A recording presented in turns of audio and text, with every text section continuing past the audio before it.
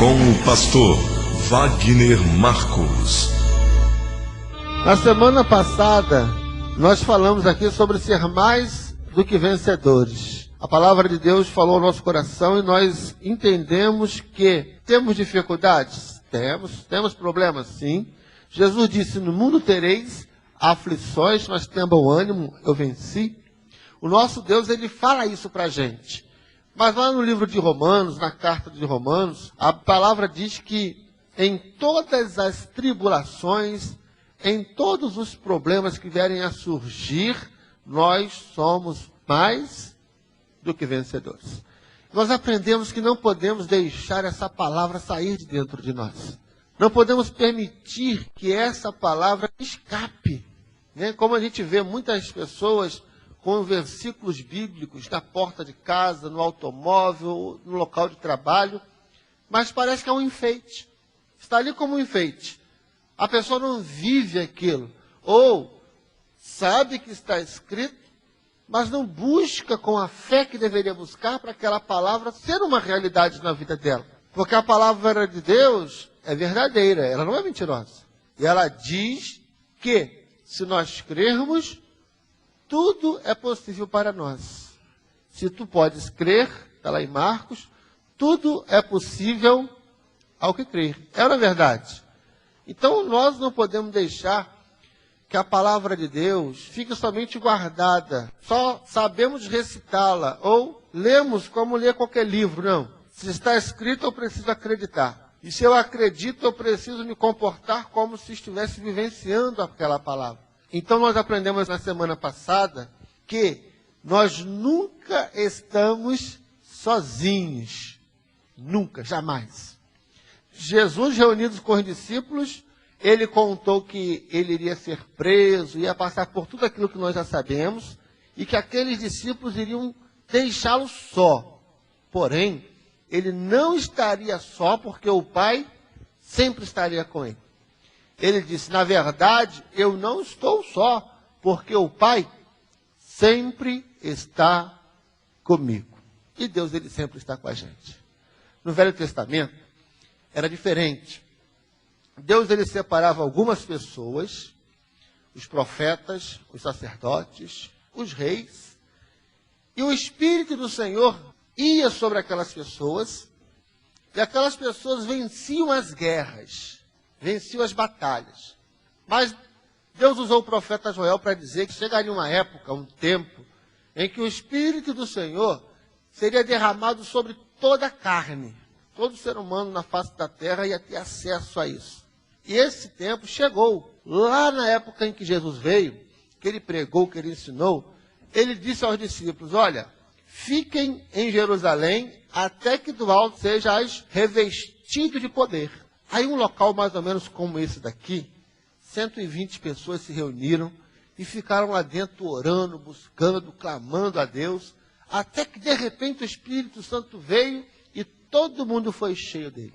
Dali para cá, todo ser humano tem acesso ao Espírito Santo de Deus.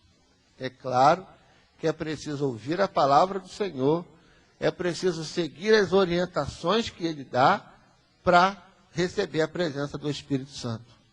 É preciso se converter verdadeiramente ao Evangelho. Nem todas as pessoas que estão dentro da igreja têm acesso a ele. Porque a Bíblia diz que nem todos que estão em Israel são israelitas. Algumas pessoas, elas até fazem a obra de Deus, mas falta o compromisso com Deus. Falta o compromisso com a palavra de Deus. E a falta desse compromisso impede a pessoa de ser cheia do poder de Deus. Hoje nós vamos aprender que ficar sozinho é difícil. E também, quando uma pessoa se sente só, ela acha que está só, o primeiro sintoma é fugir, é desistir. Quer ver um exemplo bem prático? A pessoa dentro da casa dela está passando por uma luta tremenda, mas só ela vem à igreja, só ela é evangélica, só ela é convertida. E a primeira coisa que vem, também que nesta casa, só eu busco em Deus a solução, eu sou sozinho aqui para tudo. Às vezes uma pessoa trabalha e os outros estão sem trabalhar, aí gera discussões, dá problema. Porque aquele que trabalha, que sustenta, que banca a casa, quando ele vê desperdício, ele começa a reclamar. Ele diz, ó, aqui dentro quem bota o suor sou eu, para vocês ficarem desperdiçando assim. Aí a outra pessoa acha que ela fica em casa, mas não fica à toa. Ela também dá do suor dela, que ela faz isso, faz aquilo outro. Então, um acha que é sozinho para fazer as coisas dentro de casa, e o outro acha que é sozinho para colocar as coisas dentro de casa. Aí dá problema, aí dá briga, dá discussão. Aí todos os dois estão certos, né? Porque trabalhar fora não é fácil, e também cuidar de uma casa não é fácil. A pessoa tem que abrir os olhos e entender que dentro de uma família precisa estar a união, a compreensão, o diálogo, o entendimento, para tudo fluir bem. Mas quando um pensa que está sozinho para isso, outro pensa que está sozinho para aquilo, outro diz que é só ele para fazer aquilo outro, outro diz, não, ele faz daquilo outro, mas também, olha o que eu faço. Aí a coisa começa a dar errado. Nada dá certo. Quando começa desse jeito, as coisas começam a dar errado para todos os lados. Porém, hoje, nós vamos aprender que dentro do nosso coração tem que ter uma certeza. E que certeza é essa? De que nós não estamos sozinhos. Por mais que você ache que esteja só, você não está. O nosso Deus, o Senhor Jesus, Ele disse que o Espírito Santo viria e que habitaria em nós para sempre.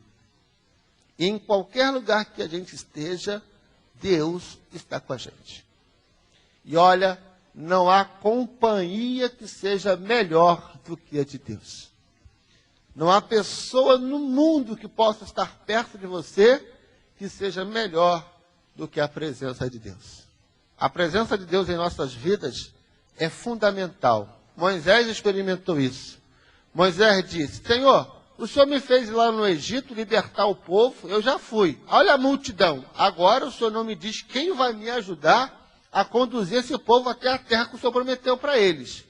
Deus disse para ele, Moisés, a minha presença vai contigo para te fazer descansar.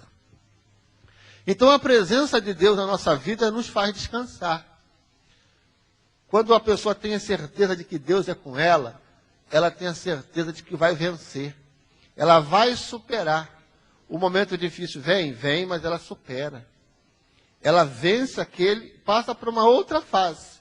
O diabo ele está ao nosso derredor, brama como um leão, sempre querendo arrumar um probleminha na nossa vida. Mas nós temos do nosso lado um anjo, que acampa ao nosso redor, e nos livra e nos guarda. Temos dentro de nós o Espírito Santo e a palavra de Deus. Nós somos como uma rocha, muito resistente. E não podemos deixar brecha para o inimigo entrar. Amém, pessoal? Nós vamos ver um grande homem de Deus que deixou a desejar, mas depois ele recuperou a força, depois ele tomou a posição dele novamente e ele continua a vencer. O nome dele é Elias. Quem conhece o Elias aí?